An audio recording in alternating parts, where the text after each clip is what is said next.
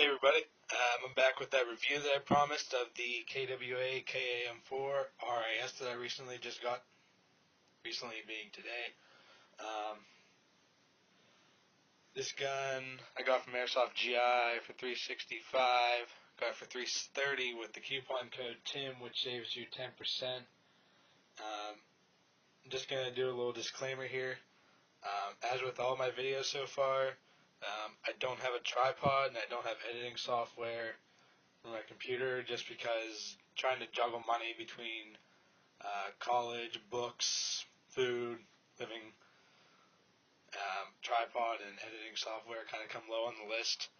But if I do get enough people to subscribe or actually like my videos, if people like the way that I do my reviews and whatnot, then I'll probably end up getting software and a tripod and some good cameras.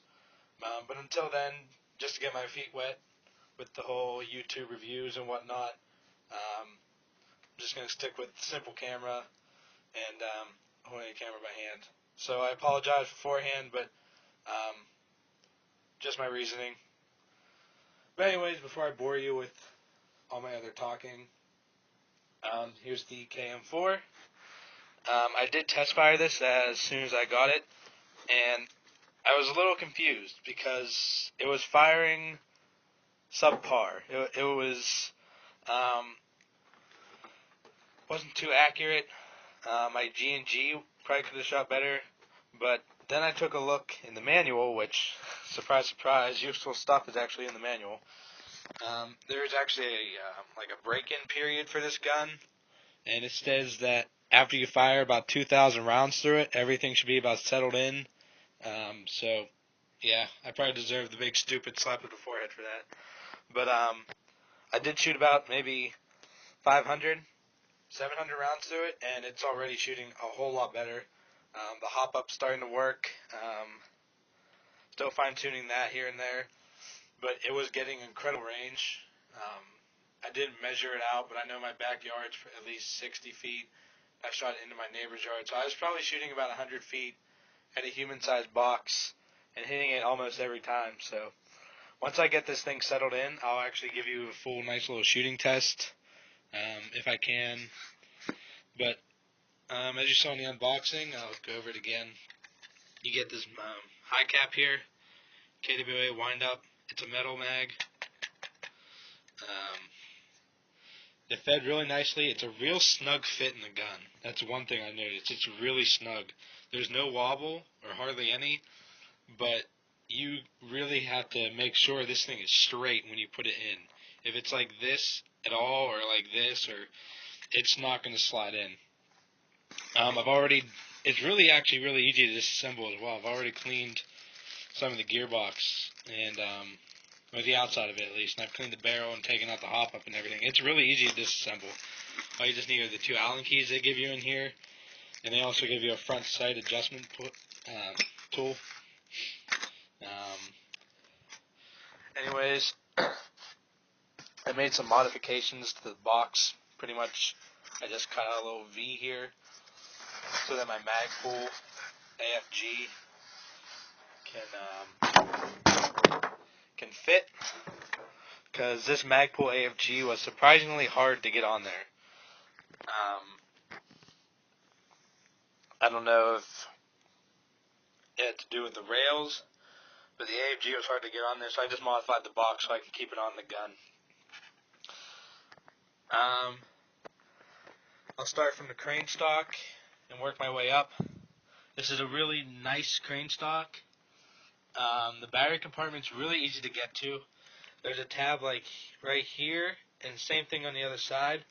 And all you have to do is just pull out on it, and as you can see, it would open up. Because I have one hand, I don't feel like taking it off because then I never get it back on. But pretty much just do that. Pull out on these two tabs a little bit, then lift up, and this thing will come right off, and your fuse and your battery connectors are all right there. The bumper tube is a metal. The whole gun, besides the hand grip and the crane stock, is made out of aluminum. Rails are CNC machined. real crisp selector switch. Let's see. You got yourself an ambidextrous sling mount right here, 1-point sling mounts. And you got your front sling mount up here, actually on the side of the barrel. It's not hanging underneath, which I actually like, because that actually let me slide on the AFG really easily. Gun does come with the barrel plug, which I can't really pull off, because I kind of stuck it onto the gun earlier. There we go. That's a nice little feature. If you ever change the barrel to a black flash hider, it's always nice to have something orange when you take it to somewhere. Anyways, I'm getting off track. You guys can all comment on my horrible reviews as of right now. I promise I'll try to get better for you. Like I said, the whole body's aluminum, crisp selector switch, mag has to go straight in there. Like even now I didn't get straight enough and it won't go in. There we go. You really have to get it in there, but once you get it lined up and after you break it in a little bit, it's really smooth. Detachable carry handle, which is metal actually. The UTG rail covers do not come with the gun, but underneath these there is the metal CNC machine rail with L, T, R, and of course B for left, top, right, and bottom. And they are numbered, so it is very nice. If you ever do want rail covers, these UTG ones are really comfortable. They're rubberized, they're small, so they allow you to put on small attachments and still have rail covers, unlike bigger rail covers that either have the attachment or have the rail cover. This you get the best of both worlds, and you can have both. So that's what I really like about those. Triangle sight right here, also metal of course. This one actually is not attached to the outer barrel, so if you use some elbow grease, take out the right pins, you actually can remove this front sight post, which I will probably plan on doing in the future. For now though, it's just going to stay there. Orange flash hider. I'm getting a black one put on here. I'm probably not going to do it myself. Since we're getting the spring clipped, I'm just going to tell the people at the local airsoft store if they could do it for me, because I took off the orange tip from my G&G combat machine and put it on the hair dryer for 15 minutes. It was real hot. Took pliers. The glue apparently wasn't even liquefied or anything.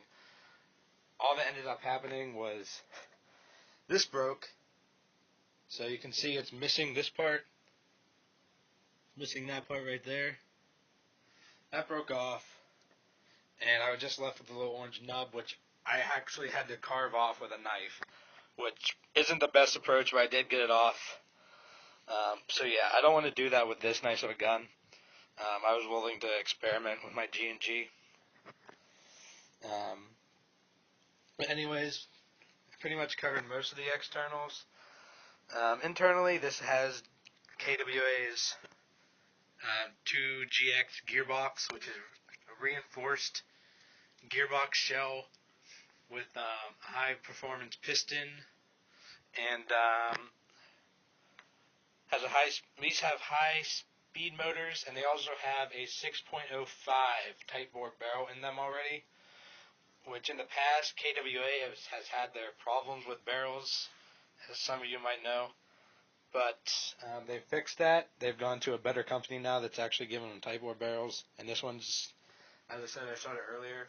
And I'll show you a shooting video later. It's actually shooting really nice right now. And if I missed anything in review, you have any questions, comments, please tell me.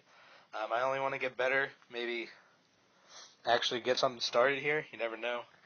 Maybe get something set up in my garage so I can have a better space for these reviews. But yeah, please, definitely. I'm new to this. Critical criticism. I'm totally open to it.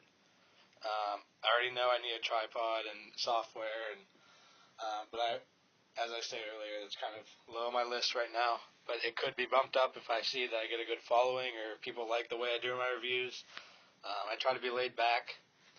and I figured this would be a good gun to get a first little try on. And before I go, if you want to comment on which one of these sights you think looks better for this gun, because I got a hollow sight right here, which I think has a nice little look to it.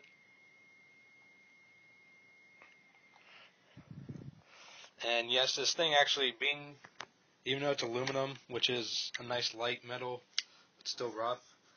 This thing still does have some heft to it. It feels good to hold. Shoulders very nicely. Where would you guys rather see? Can't really screw it on too well with one hand. Would you rather see that ACOG on there? Personally, I think both look pretty cool. I think the ACOG gives it that little bit more of an edge with a look. But hey, I'm just trying to get your guys' comments. So thanks for watching. Thanks for taking the time to listen to me yabber. This probably will be one of two or maybe only 3 videos I talk about random stuff. Just because if people watch all my other videos and not this one, they won't know why I don't have editing software and a tripod and everything. So don't worry, the talking about random stuff won't last very long, and I'll just be straight review. But until then, this gun's great. I definitely give it a high score out of 10, probably about 9, maybe 9.5. There's just a few things that are shaky on it. Crane stock wobbles a little bit, but that's to be expected with almost any gun. So I guess you could say nothing's perfect. And for everything that's not perfect, if that was taken out of account, I would give this a 10. So, if you have any questions, I know I'm repeating myself, but like I said, very new to this. Just trying to get my name out there. Not even that, just get my feet wet. So yeah, talk to you guys later.